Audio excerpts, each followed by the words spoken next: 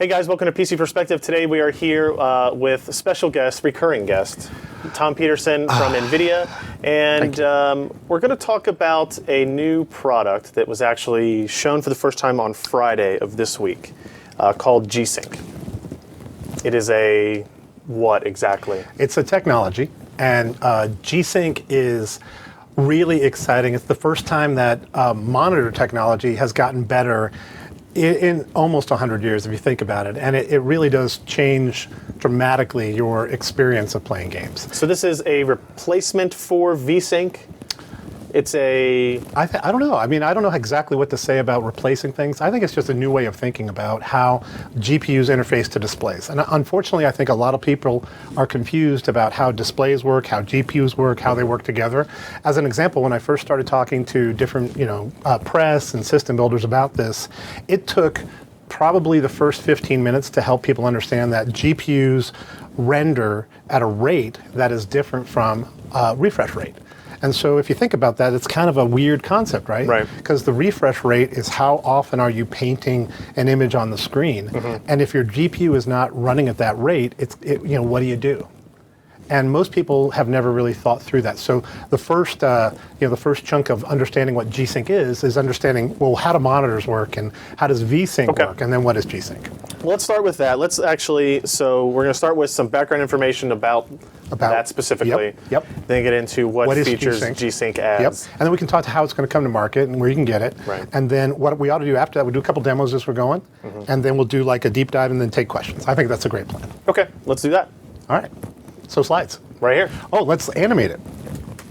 All right, so what this is showing you is my best attempt in PowerPoint to describe how a monitor works. And these are actually based on old school technology from CRTs, and they still work like this. They scan from the top to the bottom and from the left to the right. So every refresh cycle, what you're actually doing on your monitor is painting the entire image about 16 milliseconds long if you have a 60 hertz refresh. And that's how your brain gets to see anything that the GPU is rendering. It kind of goes across cables, but eventually has to get painted. And this cadence in the monitor is not affected by the GPU render rate today. Okay, this is refresh rate. This is refresh rate, and it's fixed, and you can set it to, depending on your monitor, you got a couple choices, but it's really independent of what's going on the GPU. Okay, so if you look at that, it's very simple to understand, right? In a perfect world where your GPU is rendering fast, then you're able to draw frame 1 before you're supposed to put it on the screen. Okay. So you get the image drawn into the frame buffer, and then at 16 milliseconds, you start scanning that image onto the screen. So these two rows here represent the actual rendering of the image on the GPU side, and then this represents the actual scan out of that image onto the panel. Exactly. Right. Exactly. So this represents a standard 60 hertz panel running every 16 milliseconds is when it starts to draw. Exactly. Right. So the goal is to have, as you say, in a perfect world, render it, and so that the rendering is done before the next scan out begins. Exactly. And then in a perfect world, the render's always fast, and the image is always clean. Right. So this is kind of how monitors were supposed to work with graphics cards. Graphics cards would render really fast, get an image done, and then you'd scan it on the screen. And it would be beautiful animation if you did this, because the graphics card would sort of lock its time step to match the refresh rate of the display. Okay. Now, if you go forward, the problem is that that is very, very hard to do, because this is just a little snippet of Battlefield 3 with a 760, and this is just a 4-second snippet. So if you think about this, in 4 seconds, this is a sword breaker, as you're just kind of running through that little path. The animation in the scene is not changing dramatically in complexity, but yet the frame rate is varying between 60 all the way down to 40, then up to 60 again, and this is happening really right in here. In less than half of a second. Yeah, it's like half a second the frame rate changes by more than 30%. Okay. So that means that when you're designing a game, you have a choice. You can really dumb down the game, really lower the quality, take out the effects, and try to keep the render rate really, really fast, or you're going to accept some variability. But the problem with variability is now it kind of gets complicated as you try to interface to a display. Okay.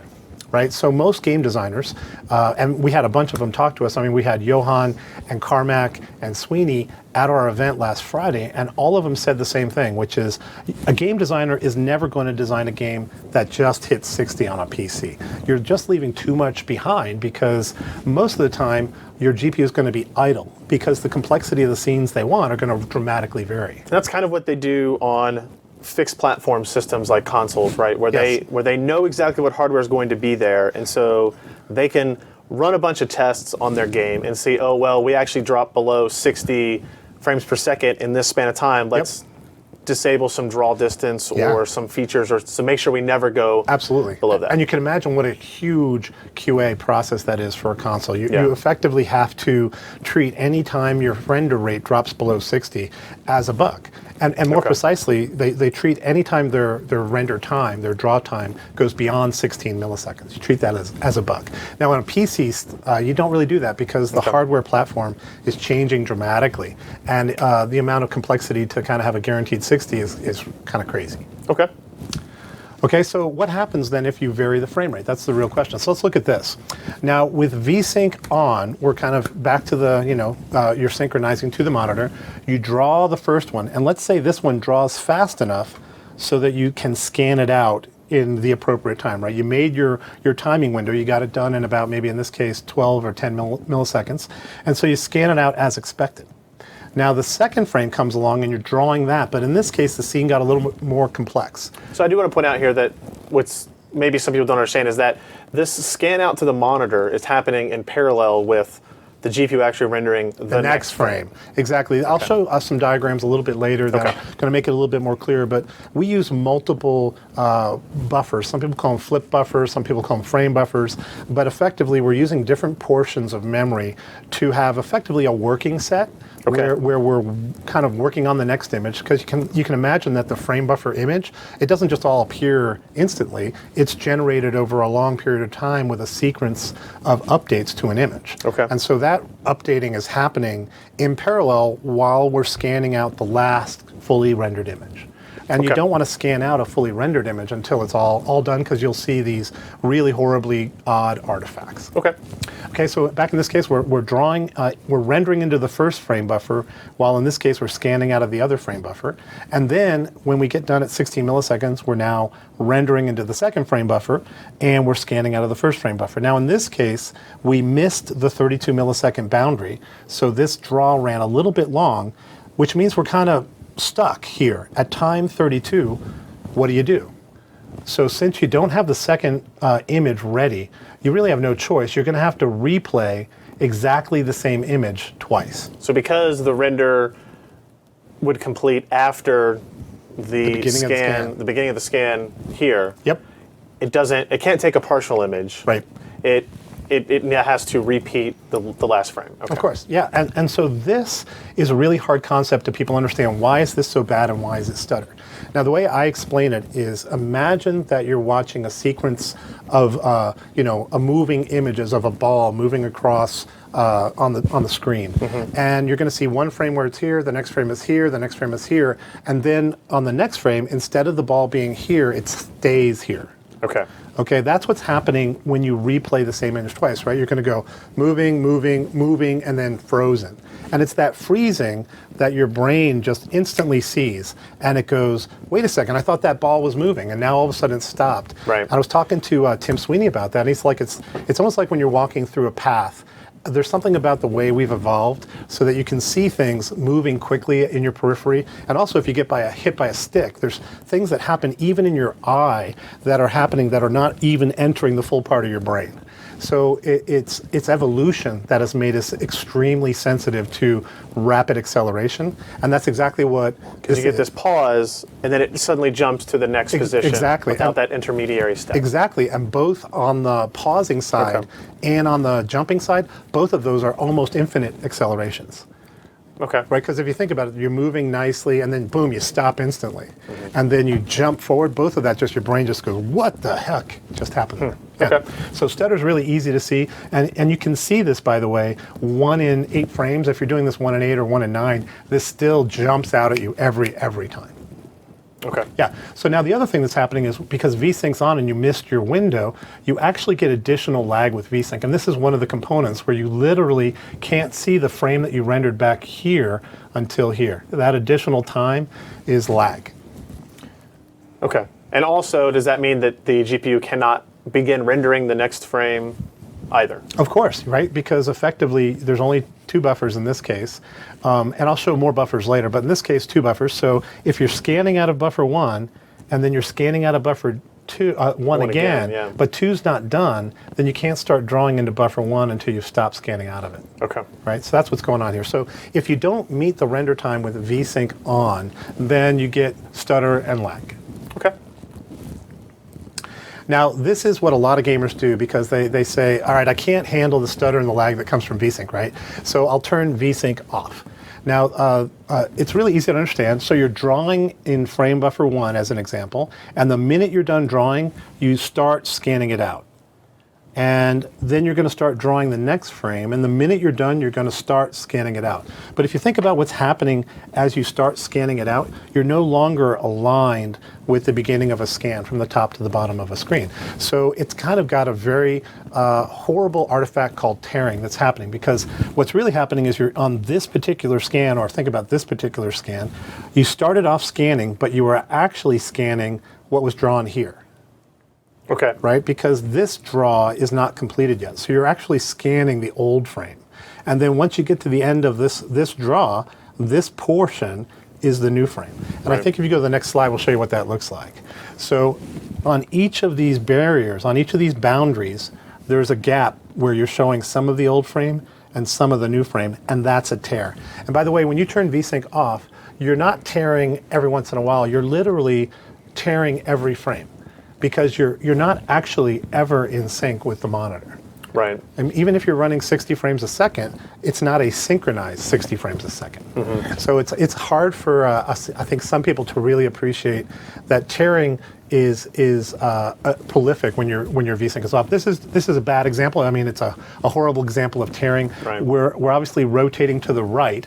So the beginning scanning, as we're scanning from the top to the bottom, is the first frame, and the second frame is actually when we finished rendering. But you can see time has moved forward, so the image is obviously split.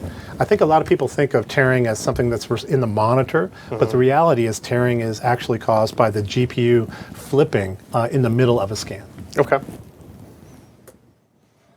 All right, so that's G-SYNC. So what G-SYNC does is it fixes both of those. And it's a new technology from NVIDIA. We've been talking to monitor manufacturers, and ASUS has expressed interest. BenQ, Philips, and VSonic have also said this technology. Actually, ASUS has already announced their display. They have announced that they're going to have a display. Did Yeah. they say exactly what the monitor was going to be? They said pricing and everything, yeah, in Wow. the press release, $399. $399. Yep. That's not too bad. Yep.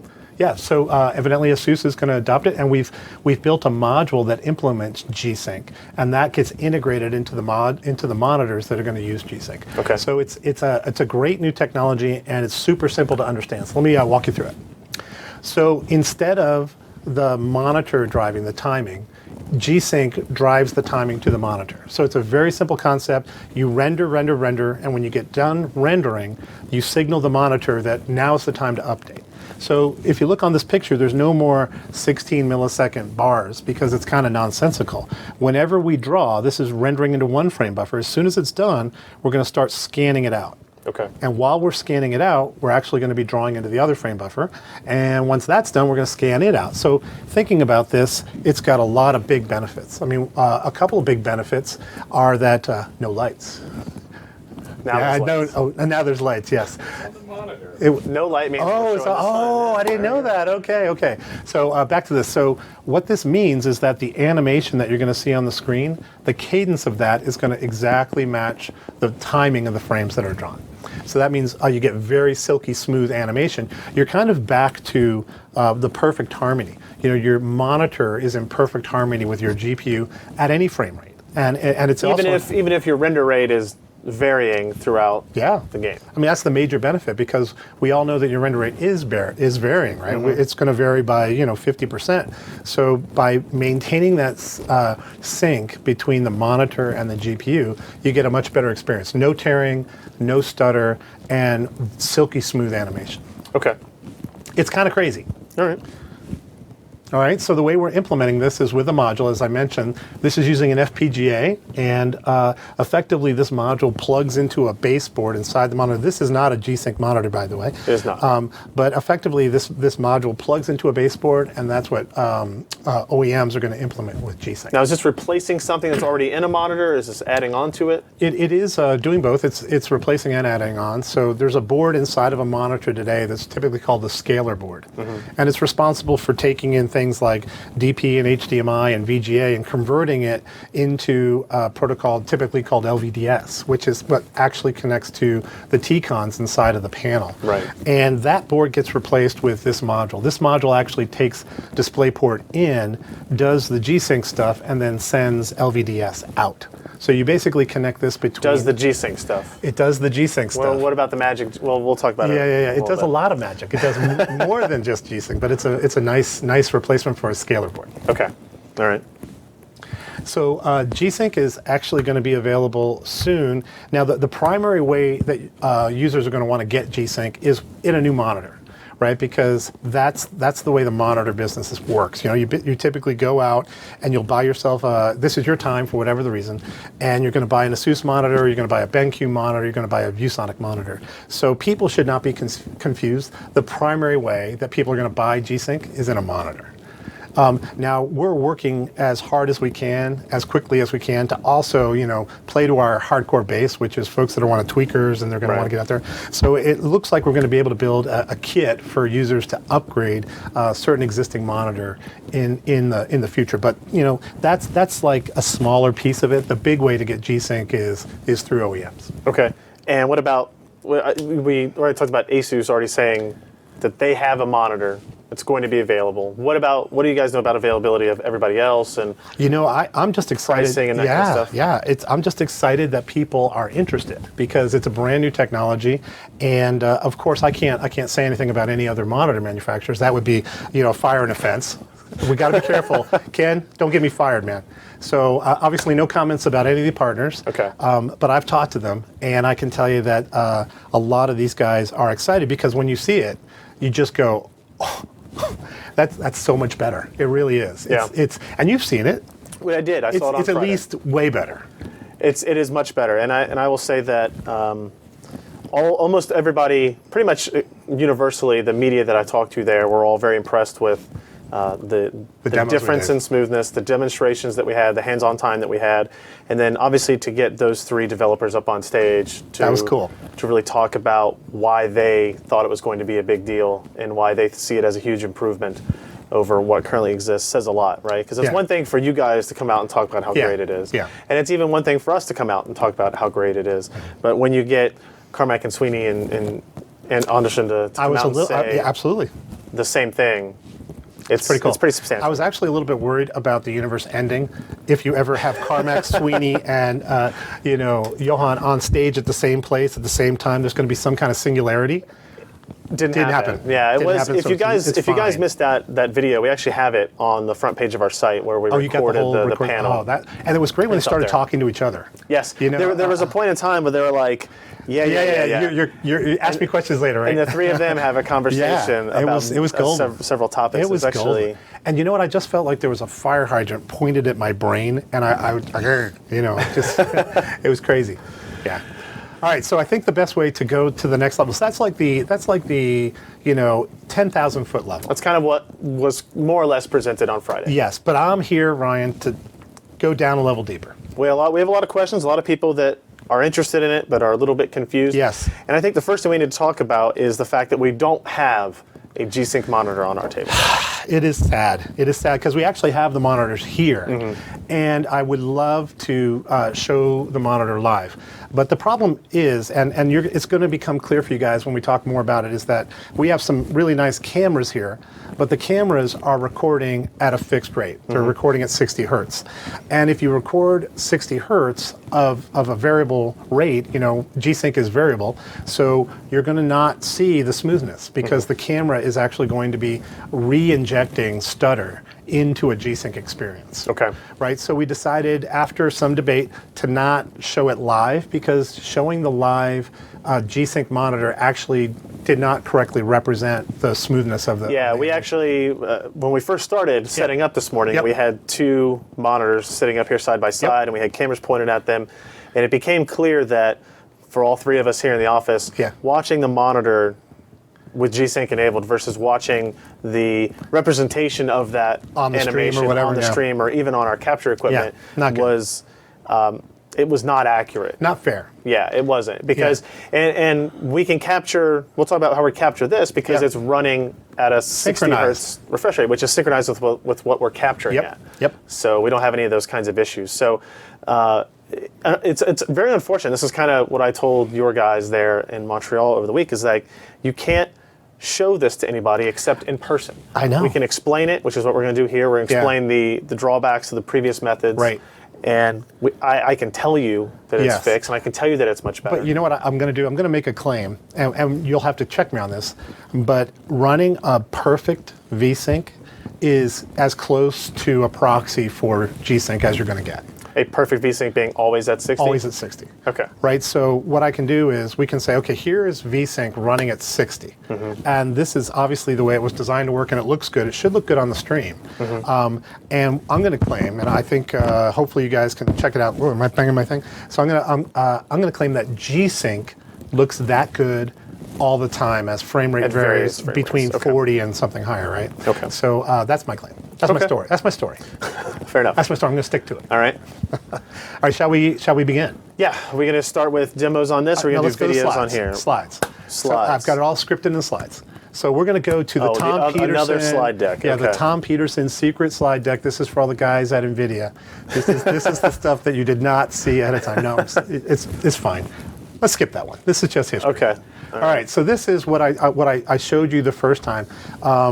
Monitors have a fixed refresh rate, and they scan from the top to the bottom and from the left to the right, and that's all because of historical reasons. Back to the early 1900s when TVs were first standardized, the scanning was based on CRT technology, and the 60 hertz scanning is actually based on the electrical grid of the U.S. So the fact that this is the way it works is nonsense, but this is just the facts, right? Okay, so we scan from the top to the bottom at 60 hertz. Now the next slide is the way GPUs work, and it's important to understand that the GPU renders into frame buffers, and there's really easy to think about. There's two frame buffers, two sections of frame buffer. I'll call it A and B, and we can render into either one of those frame buffers, and then we can scan out of either one of those frame buffers. These are locations in memory. Locations that you store data after you're done rendering. Here's the final image that we want you to scan out. Scan it out, and then the monitor is responsible for actually outputting that to the screen. Yeah, and what's cool about it is the frame buffer kind of services two functions. One is it's a working set. So as you're updating the image, you're kind of building on the image and working on the image, itself in the frame buffer. But the second function it does is acts to rate match. So one of the problems people have not really thought a lot about is that this rate is based on the load of a game. The rate that this is updating is totally asynchronous to that and fixed. So you need some structure to gasket between the two rates. And that's what the frame buffer does. It's the place where we kind of write into it asynchronous to the monitor refresh. Okay, so let's go to the next slide. So this is VSync as intended. It's my attempt to animate PowerPoint. Okay, we'll see how it goes. Yeah. This is right off the hopper. Nobody's seen this before. All right, so you render, that's what the R and the red means. You render into the frame buffer A. First, okay? Now, next slide. So the next thing that happens after you render it, you can scan it, and that's what the blue thing is. It's scanning out of A, and you can see that until it's completely rendered, you can't scan it, but since VSync is on, you don't scan it until you get to time 16, okay? Next slide. So after you get rendering done and you've started scanning one, you can actually start rendering in the B. And it'll become clear why you didn't start rendering B until 16 in a second. So the next slide. So here's the pattern that you'll start seeing with VSync. You'll scan out of A, and then you'll scan out of B, and then you'll scan out of A, and you obviously render alternating with that. So that is the perfect cycle of VSync, right? Okay. You're going to render A, you're going to scan A, you're going to render B, you're going to scan B, and it's going to continue ad nauseum. And this is render times less than the scan rate. Right, render time less than the refresh rate. Refresh rate exactly. of the monitor. Right, and so in the case of a 60 hertz panel, that's 16 milliseconds. So as long as you're rendering faster than 16 milliseconds, VSync is actually a really good experience. Okay. Okay, so what I thought we'd do is go ahead and show people what VSync looks like right now. So I'm going to see if this thing maybe, all right, we're good. All right, so I've got Fraps up. Do we have this screen now? We have this screen, Ken? Okay, excellent. And I'm going to pull up a demo app. And this demo app is our G-SYNC demo. Whoa. And I'm going to turn on VSync. Okay, and we're going to do 1. All right. So hopefully what you guys are seeing is a pendulum. And first of all, I want to say a big thanks to the demo team, Mike Thompson at NVIDIA, who did an outstanding job on this demo. This has such depth to it that I'm still delighted. But what's happening here is actually it's an app that has a very little bit of animation. So we can actually control the frame rate by adding additional delay at the end of the render loop. So the way to think about it is it's like a game, except it's been instrumented where we can hit hotkeys here to control the render rate, we can adjust the animation. So we're starting off with VSync perfect, okay? And what you should be seeing on the stream is fluid motion and beautiful animation, and you'll see Fraps locked at 60 frames a second. Okay, so I'm assuming, Ken, can you verify that everybody's indeed seeing a beautiful experience? Yes. Okay. He's verified. Awesome. Yeah. So let's get out of here, go back to the slides. Now, the next question is, what happens if you render slower than the monitor refreshes?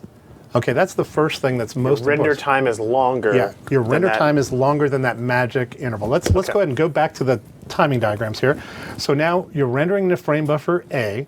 And since my line is slightly longer than 16, that means we missed our interval. So obviously you can't start scanning it out until time 32. Okay, so let's click one forward. So you cannot start rendering into B until you've started scanning out of A, because obviously you were scanning out of B back here. So now you render forward, and again you missed the interval. So what do? You have to scan out of A. So that's why it goes A scan, A scan. Now click one more. And what you'll see is, since B did not get done in time, you can't start rendering A until time 64, which means you're going to be scanning out of B twice again, right? So very quickly, you'll see with VSync on and render time longer than one period, this is double buffering. You're gonna get into this, instantly drop from 60 frames a second down to 30 frames a second. You're gonna get kind of that chunky, kind of not great experience. Okay. Okay, so that's what VSync is doing today, in reality. Next slide. So what I thought would be interesting is to look at what happens when people try to fix this by turning off VSync. Okay, let's go back to the slides. And you're doing the same thing, only now you're not going to wait for the interval. You're going to start scanning it right away. And so go forward one. And then as soon as you can, you're going to start rendering into the other buffer. And what's interesting is right here, you're scanning A twice, because the refresh started again at time 32. Right. But then as soon as B finishes rendering, you're going to start scanning B and you're going to tear. And that's going to continue to happen over and over and over. So you're going to render, and then you're going to render, and as soon as you're done rendering, you're going to flip and you're going to tear. But the thing that most people have not realized is that you're actually stuttering as well. And the reason you're stuttering is that when you think about this interval, you're showing one time step here and another time step here. And this time step is actually the wrong time step for this new interval that's being shown. Okay. So it'll become very, very clear when I show you the demo, which I think we ought to do right now. All right, so we're coming back here, and I'm going to launch the app again.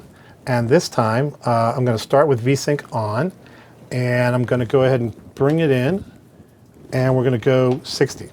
Okay, so this is the demo I showed you beginning. This is when VSync is working as designed, right? You're getting a nice, beautiful scroll. Now, if I set it to be a frame time of around 45, so we're kind of bringing it down to 45 or so. This is what VSync looks like when it's not operating well, but this is really the example we're doing right now. We have no VSync. So no VSync, and we're running our frame time at around 45, or it's actually running at about 22 milliseconds. So what you'll notice is you get both tearing and stutter.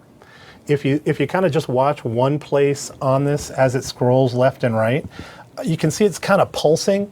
That's stutter. And the tearing is this line that kind of flickering across there. It's all caused because the GPU is synchronizing to the monitor. Okay. Make sense? Yes. Did we were able to demonstrate that as well? Okay. Making sure. Now, what we did is we went and we got a high-speed capture device at 2,600 frames per second. Okay, and it's and we had some guys come out and we said, all right, people will look at this, but it's still really, really hard to understand it. So let's take a look at the video that we captured if we can. All right. Do you want to do VSYNC off? I want to do VSYNC off. Okay. Okay. Let's see. Is that going to come on the screen here?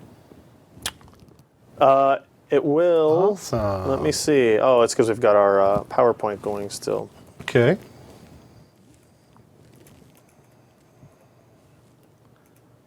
How about now? Nothing yet. Where'd it go? Ken, can you see anything? Nope. Woo. All right, technical issues. So we see that. You can close that one. Huh. Ah, there we go. There we go. All right. So what you're looking at here is a film capture of us pointing at a monitor. And this This is the 2,600 frame per second camera pointed at a monitor. Yes, and what running we've the done, same demo. what people that are really familiar with us monitors will know that there's usually a scanning that's happening that kind of dominates a capture. So we removed some of the scanning so that you can see more clearly what the impression a user would see is. Okay. So in this case, we're back in that same pavilion that I just showed. In case now there's no pendulum, but we're rotating. And what's happening is the columns are clearly tearing. That's because VSYNC is off. You know, we're flipping, and you can see the experience is actually pretty juddery. But the other thing you'll notice is if you just watch any particular column, you'll see that it's kind of syncopated motion, right? It's kind of going da-da-da, and it's that syncopation that is actual stutter. Okay. So think of it as you thought you were fixing stutter by turning off VSYNC, but you're actually not. You still stutter, but now you get the added benefit of horrible tearing. Okay. Okay. Now it does fix latency, so some of your latency is going to be improved by turning VSYNC off, but the experience that you're getting is not great. Okay. So we want to do the other video as well? No, I want to go back to the slides. Alrighty.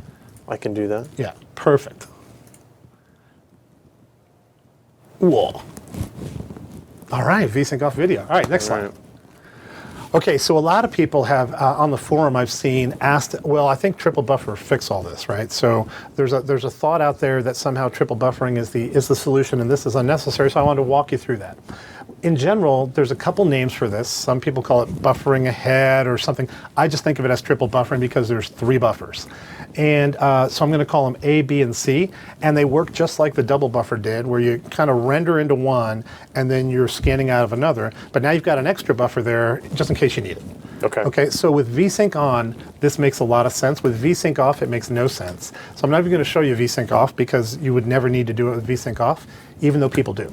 But let's do VSYNC on. So now we've got frame buffer A, frame buffer B, frame buffer C, and we're rendering and scanning, okay? And remember, we're rendering too long, so we don't scan until time 32. But what's interesting with triple buffering is as soon as we're done rendering A, we can actually start rendering B. So it doesn't have to be aligned. And then next thing that happens is you'll realize we haven't finished rendering B, so we're going to scan A twice. And then once B is done, we can scan B. But then the next thing that's going to happen is we start rendering from C, and as soon as C is done, we're going to scan C. So right away, you'll see It's different. it's different, right? Yeah. There's render, and then A gets scanned twice, B gets scanned once, C gets scanned once, and then if you repeat this cycle, you'll see it gets into that same rhythm. Now there's good reasons. In this case, we're running at about 45 frames per second. So the reason that it's actually going to be periodic and it's going to syncopate is if you think about it, this cycle is kind of creeping forward by however slow you are relative to the refresh rate. Right. So as an example, if you're running, at about 24 milliseconds render time, you're late by about 4 milliseconds each interval, and that lateness creeps forward until you finally miss, which is what we're showing here. You really missed your window to scan it, and once you miss it, things kind of reset, and you get to make it for a couple of cycles. So this is kind of worst case scenario of if you're not running at 60 or above, but you're in between 30 and 60. Yep.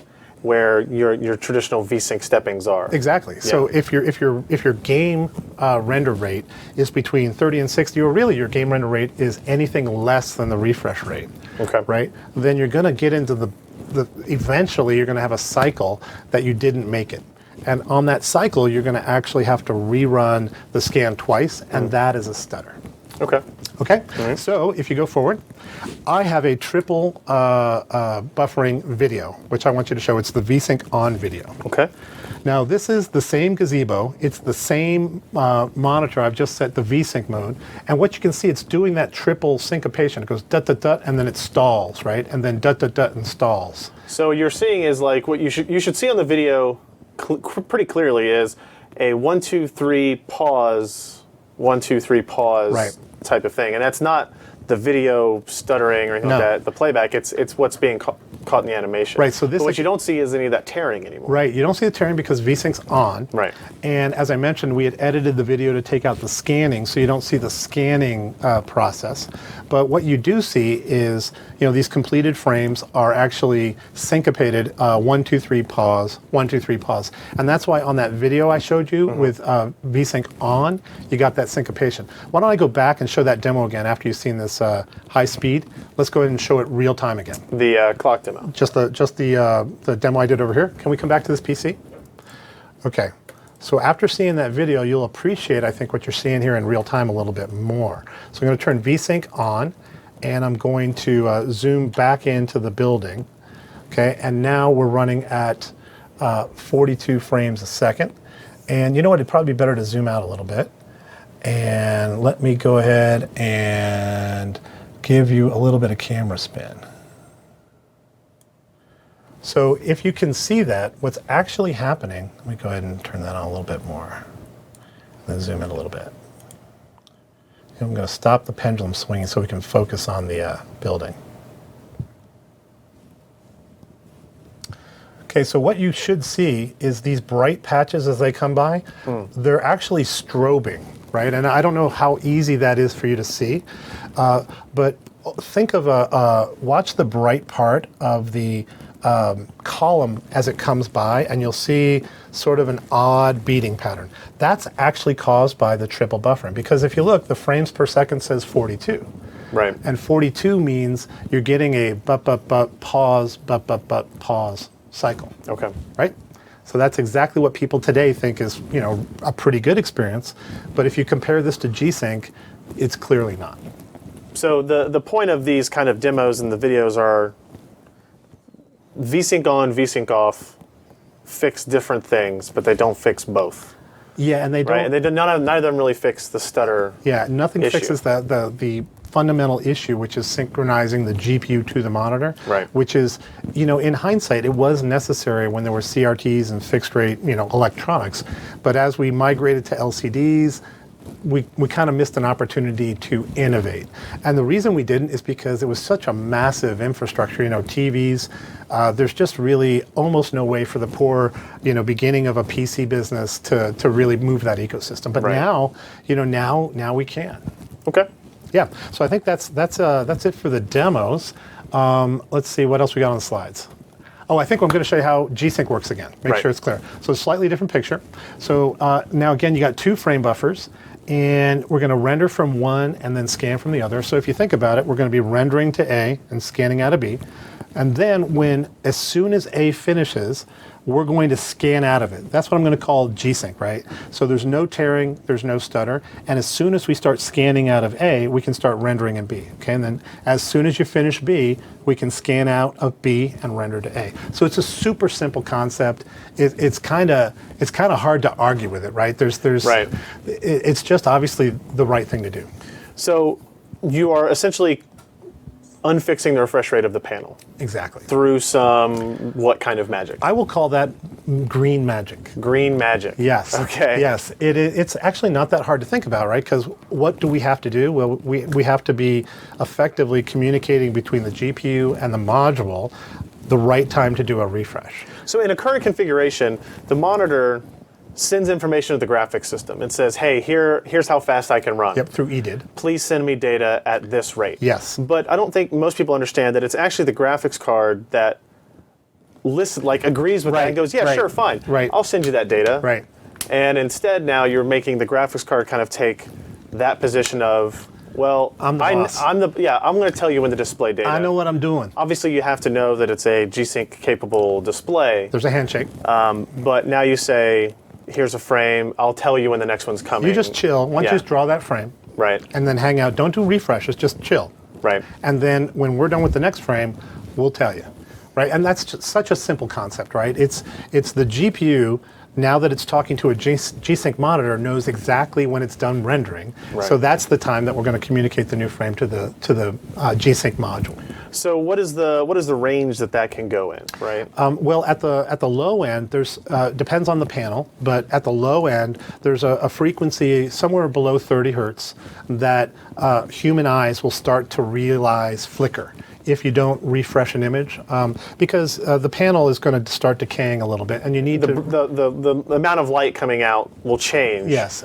If it just sits there without it being exactly, and refreshed. the LCDs will start untwisting. So basically, you need to run the image again if it gets super slow. Okay. And our testing has shown somewhere south of 30 frames a second, you really want to rerun it. So what we'll do is if the frame rate drops too low, then our driver will rerun the last frame, just like VSYNC does. Right, so if you think about it, as long as you're in the operational range of the LCD, you'll get a great experience. And if your frame rate drops too low, then we're going to run another frame. But you already know you're at such a low frame rate that the experience is not going to be great, but it's not going to be horrible. Now, what about on the high end, though? On the high end, you're really limited by the maximum refresh rate of the panel. So in the case of the very first monitor that we're doing as an example, right. That is 144 hertz because it's 144 hertz 3D vision monitor that has that panel that's being converted to be the very first G-SYNC monitor. So that means that the frame rate would be able to vary anywhere between 144 and to that 30 without... Yes, without any stutter or tearing. Okay. Yeah, now magical things, as Carmack was saying the other day, magical things can happen above 80 or above 60. Right. And we do see dramatic differences in perception as you get frame rates that are above 100. And now improved things. Oh yeah, dramatic. Okay. And it's again, sadly, one of those things you really do have to see. But the text blurring goes away. The depth, the feel of the imagery is just incredible. We had it set up here earlier today where we had those pendulums swinging back and forth, and there's some random text, phrasing on there. Yes. And looking at it with G-SYNC enabled, without G-SYNC, it's very apparent. And it's even like if you look at the smooth, how readable the text is as it comes to its peak. Yep. On all monitors, you could kind of read it. And as soon as it starts to move again, you couldn't. Yeah. But on G-SYNC, it was a much smoother, much more readable text the entire way through. And here's the best part about it. On a G-SYNC monitor, as the refresh rate ramps up, the text gets much more readable. And if, as a matter of fact, we can control the max refresh rate using our little sliders, right, on that app. Right. So you can see exactly, what would the refresh, a refresh rate at 120, what's it look like? A refresh rate at 100, what's it look like? And you can definitely see major advantages as you move up on the refresh rate. So with this first monitor, what happens if you start to render it higher than 144 frames per second? Then, of course, just like on the low end, the GPU is aware because of the EDID transfer, and we will start acting more like VSYNC. Okay. So the interesting thing, and this is something that we made clear, if you have perfect content that's rendering faster than your max refresh rate, then G-SYNC and VSYNC are pretty close to the same thing. Right, the experience that you get for G-SYNC and VSYNC when you have perfect content is very similar. The big difference is that you never have perfect content. And because you never have perfect content, G-SYNC monitors give you just a way better experience. Okay. So we're going to go through some questions. Let's do it. Because I think what I'm going to do here is I'm going to switch back to this, I think. No, that's not the right one. This week in hardware. I was going to, because I know we're going to go through some questions, and I don't want anything that maybe somebody might type into the chat just to suddenly show up on the stream. Okay. So we're going to do this like that. Oh, nice. And, very fancy. now I can change what's on my PC. Oh, excellent. Right. And let's have some questions. All right. So one question I saw repeated several times was, great for game content. What about movie playback, video playback, right? So we know that movies are up until a couple of recently, always filmed at 24 frames per second. Right. Would a G-SYNC enabled monitor be able to play back movies at 24 frames per second? Really, really interesting question. And the truth is, it's not our focus initially. We're focused on games. But when you think about it, I don't know if you guys have heard of a thing called Jutter. Jutter is a thing that happens primarily in movies, and it's the exact same. It's exactly the same phenomenon, right? You captured your movie in 24 frames a second, and you're trying to play it on a screen that's running at 60 frames a second. So how do you deal with that rate mismatch? Well, today, a lot of smart guys invented a technology called 3:2 pull down. And what that does is it tries to generate interpolated frames of the movie, trying to smooth out that motion. But nevertheless, when you watch a movie, there's still this sort of like feel when you're watching it on a computer screen. G-SYNC has obvious benefits for that, because a G-SYNC monitor could run at an integer of the content rate and give you, basically artifact-free playback of any content rate. But it's a little different because G-SYNC particularly shines when the content rate is variable. Right, because if you knew that you had content rate at 48 hertz, well, you would just build a panel that had a refresh rate at 48 hertz, right? But G-SYNC will allow that panel rate to adjust automatically, but it's really more intended for games. Although at the end of the day, I do think that there's an obvious benefit for movies, and I suspect there's obvious benefits for TVs. Another question about the add-in module, which is kind of the first step to getting this out into people. Is that going to be available for different monitors or just this one specific? Yeah, so let me restate. The most common way that people are going to get G-SYNC is in an OEM monitor where it's fully integrated. Sure. And I expect OEMs to take the monitor module and go run with it, right? Okay. They're going to go do multiple different monitor resolutions, multiple different refresh rates, and it's going to be the wild, wild west, I hope. But as we mentioned, we are trying really, really hard to make a kit available to retrofit that ASUS monitor first. And right now, we're not planning to build a lot of kits. So there's probably not going to be a lot of support from NVIDIA to do a lot of different monitor retrofits. Okay. Now, I know there's a lot of smart, crazy modders out there, so I don't know if somebody's going to figure out how to take one of our kits and like go do something crazy. And if they did, I'm saying, hey, great, I'd love to see it. But we're going to focus on that one monitor first, and the real way to get it is to buy a new monitor through an OEM. Okay.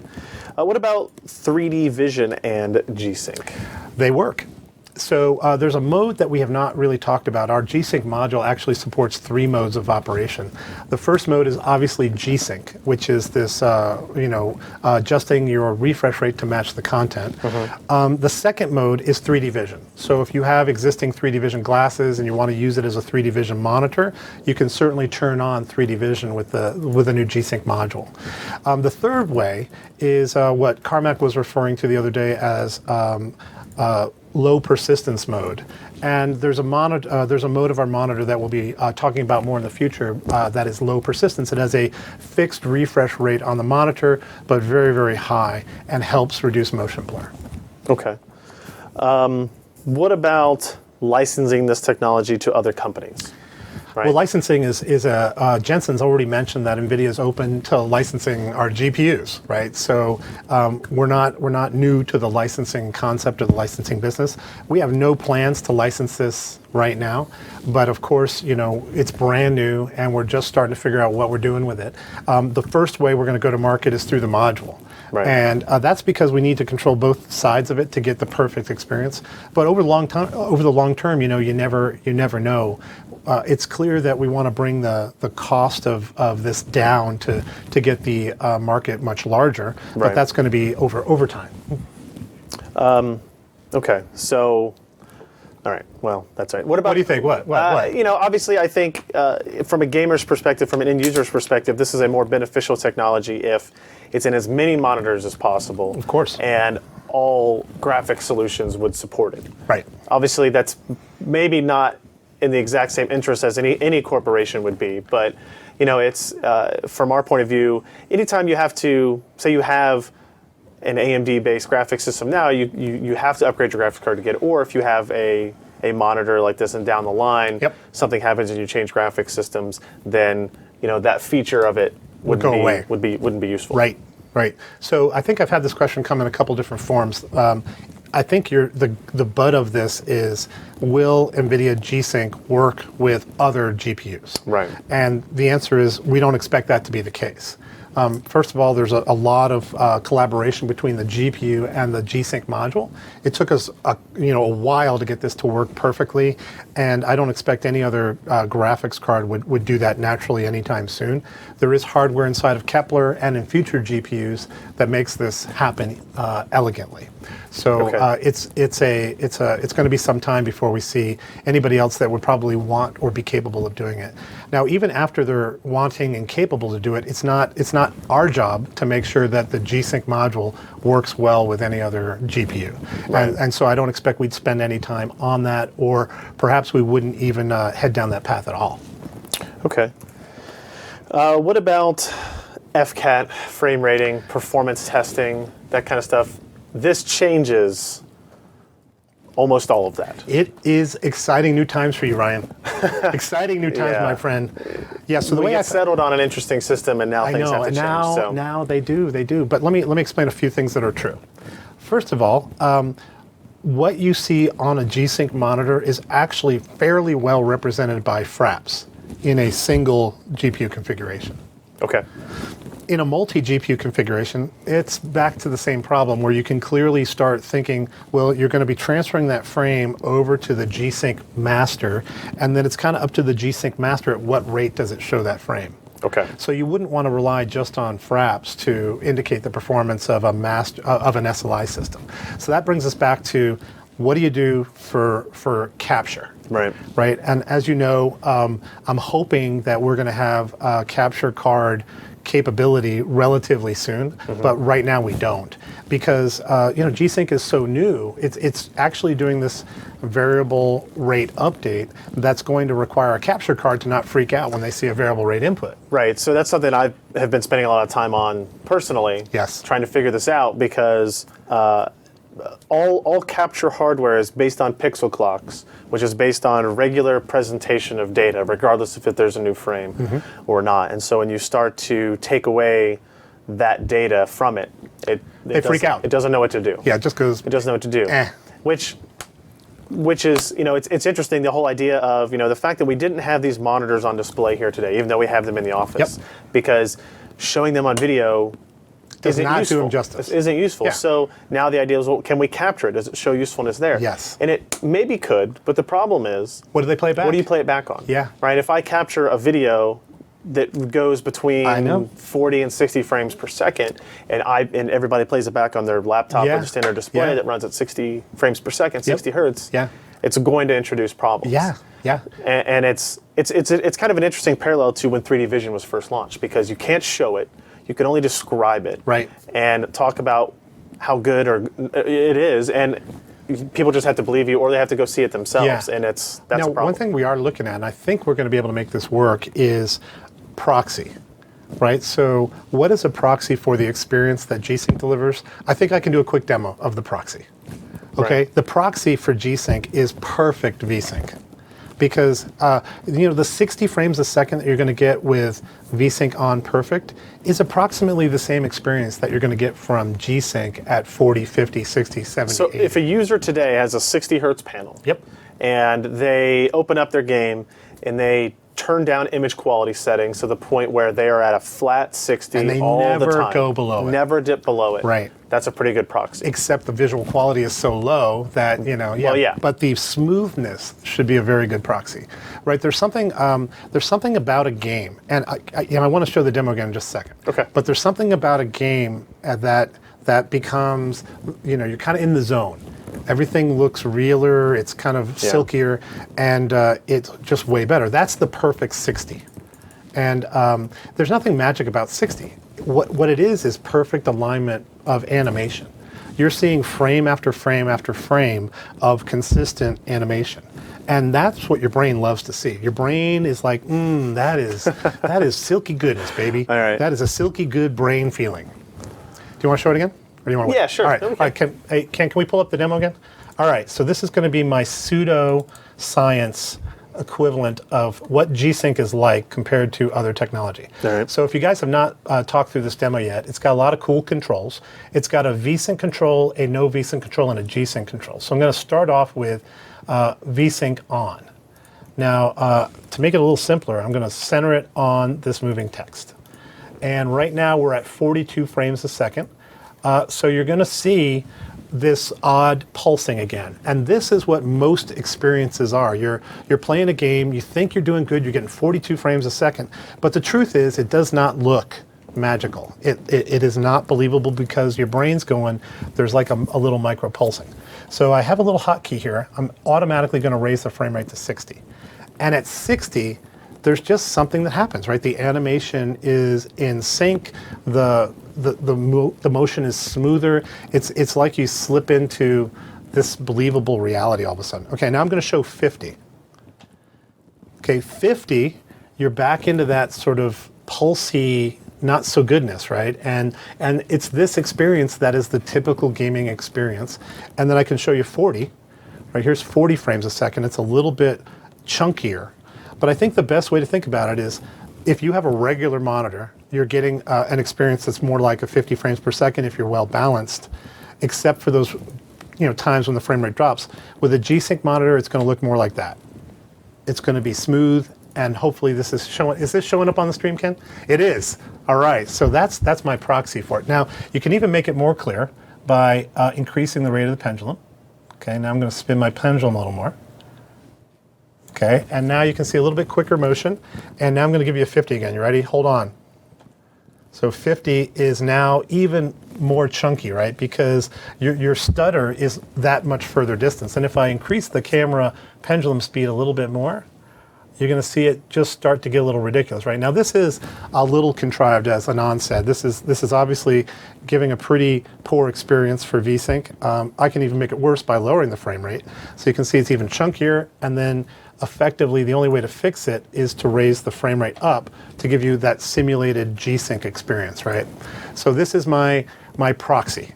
I know it's not exactly fair because the frame rate's higher for G-SYNC, but the biggest effect you're seeing is not frame rate.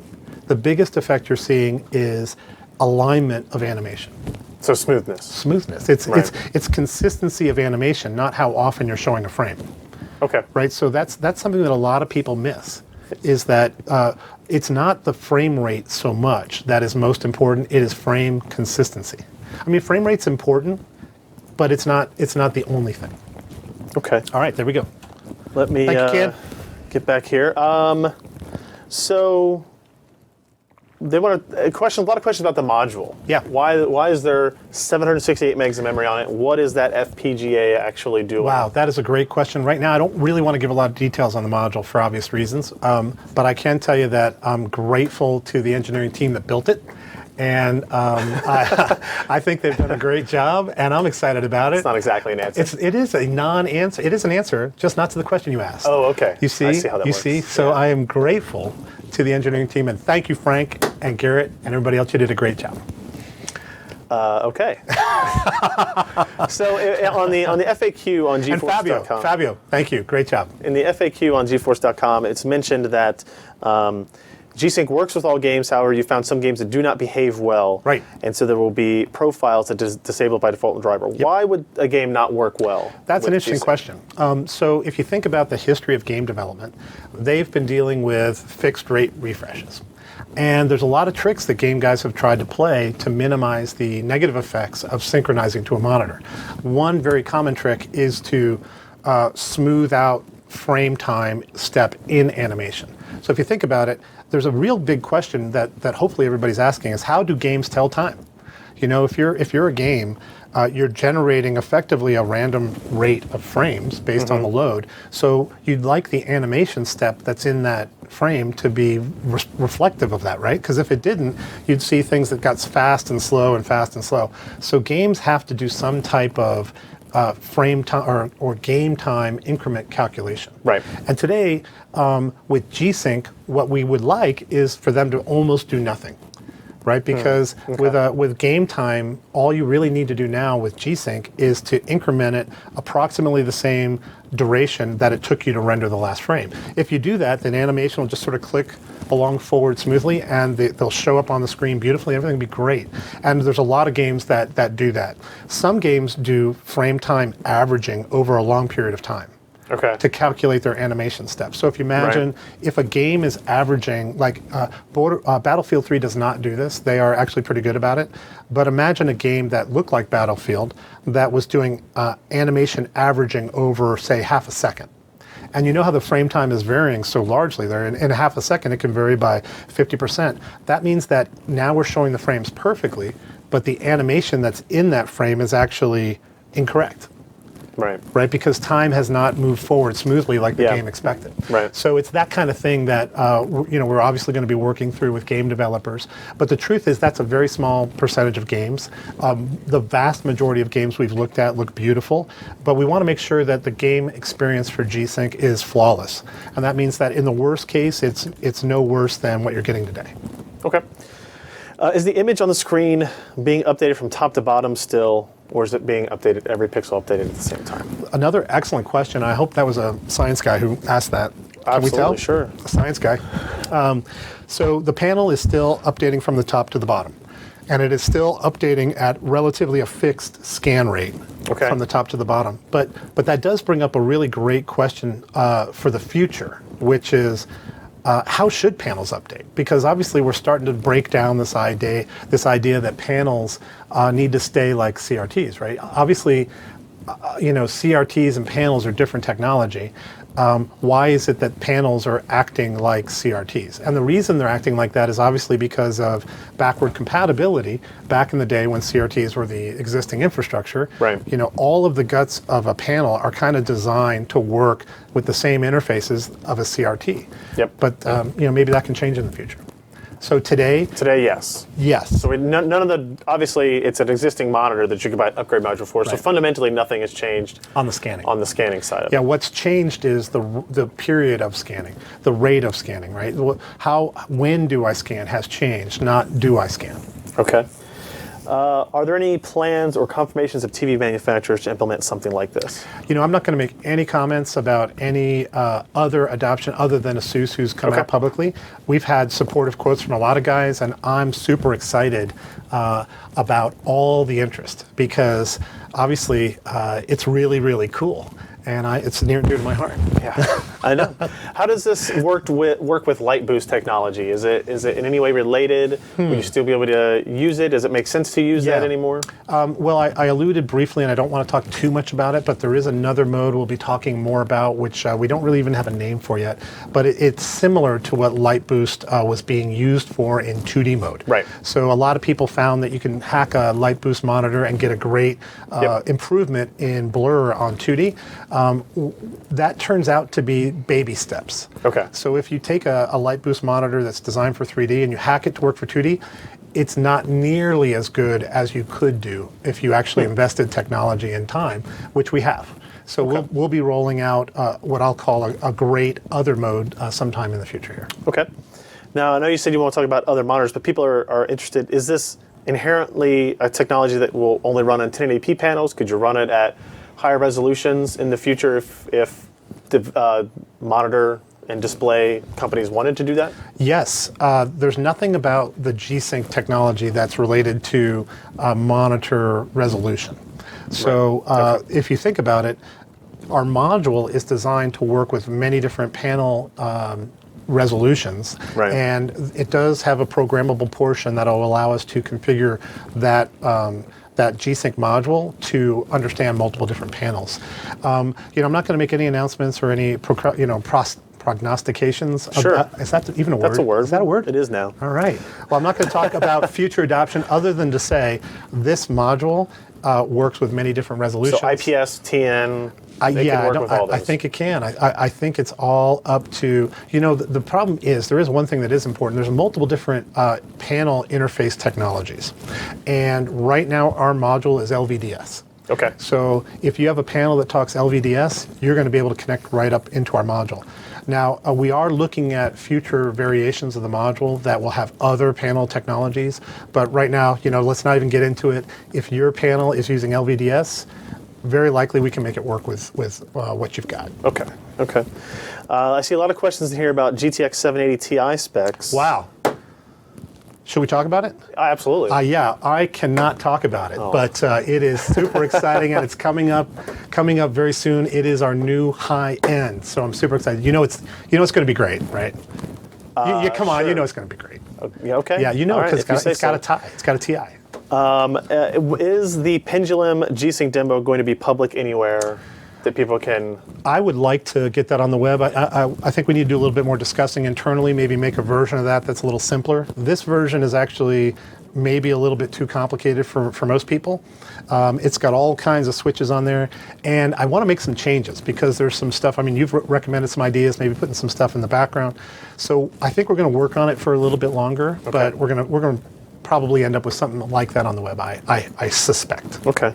Let me see if anybody else has added anything questions-wise. Do you think we did a good enough job explaining the refresh rate is not the same as the render rate? I think it's still, I think we did as good as we could without having somebody here to see the two monitors side by side as well and to demonstrate why it is, right? So I think, it took a lot of even researching and reading stuff on my side to realize, why did a refresh rate develop? Right. Why is it still where it's at? Right. We've seen increases from 60 to 120 to 144, but why is that still not good enough to produce the things that you you want a good to experience? Why doesn't it just work? Right. I think your article is an excellent article, by the way. Yeah.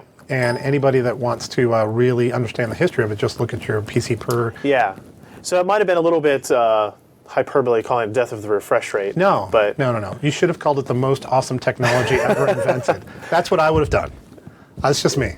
It was when I started doing reading, I had printed out documentation that thick, 100 pages of stuff, Wow. like doing I felt like I was back in college, reading all this stuff because I didn't know about how a lot of it was, how it was built and why it all had to change. So I think it's really cool technology. I think it works really, really well.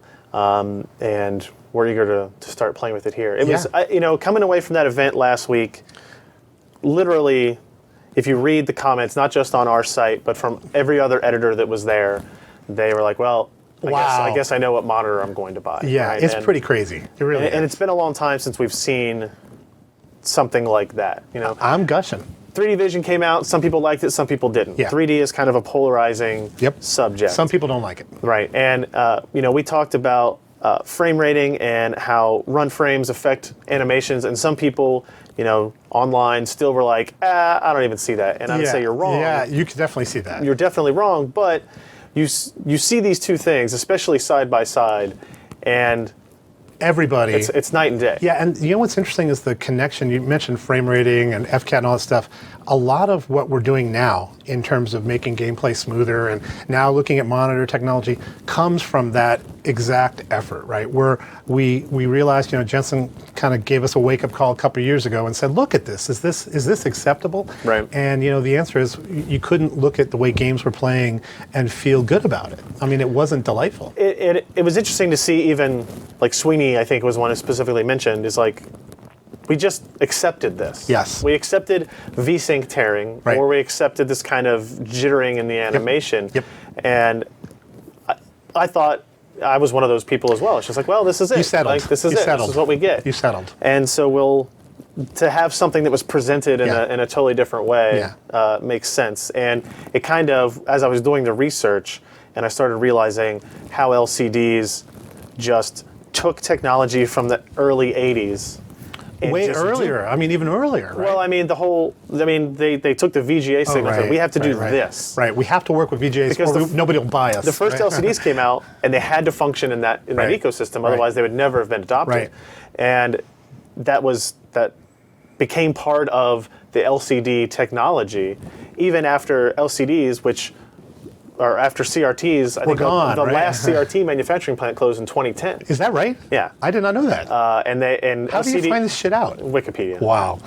You can learn anything. Yeah. So, and it's why aren't we doing things different? Like the whole idea of the question about the scan. Yeah. The scan length. You don't have to do that. You do probably. not have you to could do probably that. just send it all at once. Yes, and I want to credit Carmack with a little bit. Smart guy. I want to credit Carmack with this idea. He actually said in our little thing, there's no reason to scan from the top to the bottom anymore. There's actually some very obviously better ways to do it. Right. And he's, as most of you guys know, he's working at Oculus now. He's CTO at Oculus, and this problem for Oculus is. Every problem. It's like this is the problem for them to solve. So I feel like we're really onto something here, and it's going to be great for desktop. It's also going to be great for other places. People mentioned TV today. I think it's going to be great for mobile. Imagine you're on a Tegra device and you're moving your finger left and right, and it's perfect. Right. Right. It's just kind of shocking. There was another question that I wanted to bring up in here. How does this affect keyboard mouse input latency? Well, when you think about it, keyboard and mouse input latency is very dramatically affected by turning VSync on. So there's some really good data that says if you turn VSync on in general, you can increase your click to muzzle flash latency, which is how we measure it, by anywhere, maybe from 20 milliseconds up to 80 milliseconds, which is, a really large jump, 60 milliseconds on 20. G-Sync has approximately the same input latency as VSync Off, because it's double buffered, right? It's basically double buffered, and we're showing it to you as soon as it can. So think of it as minimum latency and approximately the same latency as VSync Off. Gotcha. Okay. I think that's going to do it. Did we get it? I think we've covered everything. Ken, you got any questions we didn't cover? I'm good. Okay. There were questions asking about 3D plans for the future. We already talked about that and how they're not opposing technologies. They're not opposing, and I hope to see and I expect to see continued monitors supporting 3D vision, but I honestly believe G-Sync is just it's going to be awesome. I guess that's going to wrap it up. I would encourage everybody to take a look at the article that I posted. Let me. I want to make a shill. Okay. Okay. I guess that's fine. We are going to have a bunch of G-Sync monitors at events, right? So the first one coming up, if you want to see G-Sync, you can go to BlizzCon. Okay. Because I'm pretty sure in our booth there's going to be a bunch of G-Sync monitors, so people can do side by sides. We're probably going to make a thing out of it, so it should be a fun time. And then you'll see more and more of our partners and more us kind of having more monitors all over the place. So people should not fear. If you have not yet got what the point is, go to one of these events. Right. So I would expect anywhere you guys are having an event, you should have these monitors there. Pretty much. Right. Pretty much. And LAN parties. Anybody that adopts it, because this is, at the end of the day, we are a technology provider, and it's our monitor OEMs that are really going to take it all to market, right? Yes. DisplayPort only? Right now, the initial module is DisplayPort only. So there's no real reason why it has to be only DisplayPort. But since it's primarily a gaming technology, we wanted to focus on DisplayPort first. All right. And what about surround? So we are gonna support surround, Fabio. We're gonna support surround. And we are working on it really, really hard. And hopefully we'll have. We're not announcing that right now, but hopefully we'll have something about that soon. Okay. All right. Well, I think that's all the questions that cycled through. So, and SLI. SLI supported out of the gate. Okay. So SLI. You guys should ask these questions put a little bit quicker here, not as I'm trying to wrap up. SLI, key technology, and actually it makes a lot of sense. It's a little bit harder to do with G-Sync, but it gets back into how do you meter and what's the right policy for metering when you have basically an infinite refresh rate asynchronous monitor. Okay.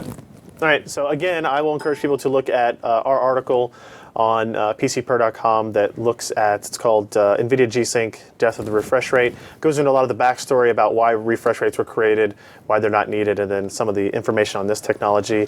And also, if you haven't checked out that panel with John Carmack, Tim Sweeney, and Johan Anderson from the NVIDIA event, you should check it out. We have the video recording It's crazy. on our site. It's really compelling. And they don't just only talk about G-SYNC. They talk about a whole bunch of really cool stuff. A lot of stuff. I mean, they're up there for what, 90 minutes, 2 hours, something like that. And you know what's really cool? I don't know if I should mention this either. You want one more thing? Yeah. I got private time with each of those guys. I spent about an hour with each of them, kind of up in the back suite somewhere, and I did in-depth interview with each of them. Right. And just talking about what do they think is going to be big in gaming, where are they going, what's important for them, and that video should either be on our website now or it's coming. But I think that's going to be cool. Very cool. I mean, I thought it was. I was just like, especially, and those guys are just so smart. Yeah. That I feel like us, Yeah. Now you know what I feel. Oh, come on now. Come on. Well, I mean, not with you. I mean, with Okay. them. Yeah. Yes. Right. Thank you. Thank you. So that's it. Last time I'm here, guys. Enjoyed it. I'll see you next time. Nope.